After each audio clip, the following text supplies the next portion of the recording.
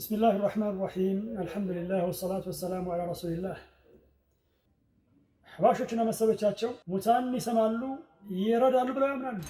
ይህ ብልሹ እምነት ደግሞ መሰረት እንደሌለው ኢስላማዊ መሰረት እንደሌለው ተመልክተናል። ነብዩ አለይሂ ሰላቱ ወሰላምና ባልደረቦቻቸው ያልነበሩበት መንገድ እንደሆነ ተመልክተናል። ወደ እስላም ሰርጎ የገባ ባዕድ እምነት እንደሆነ ተመልክተናል።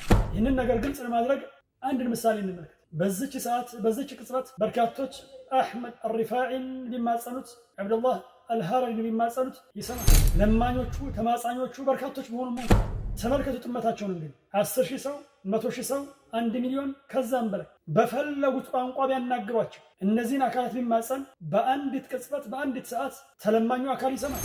ለመሆኑ ይህ የአላህ ሱብሓነሁ ወተዓላ መገለጫ ነው ወይስ የፍጡራን መገለጫ? የአላህ ሱብሓነሁ ወተዓላ ባህሪ ነው ወይስ የፍጡራን ባህሪ ነው?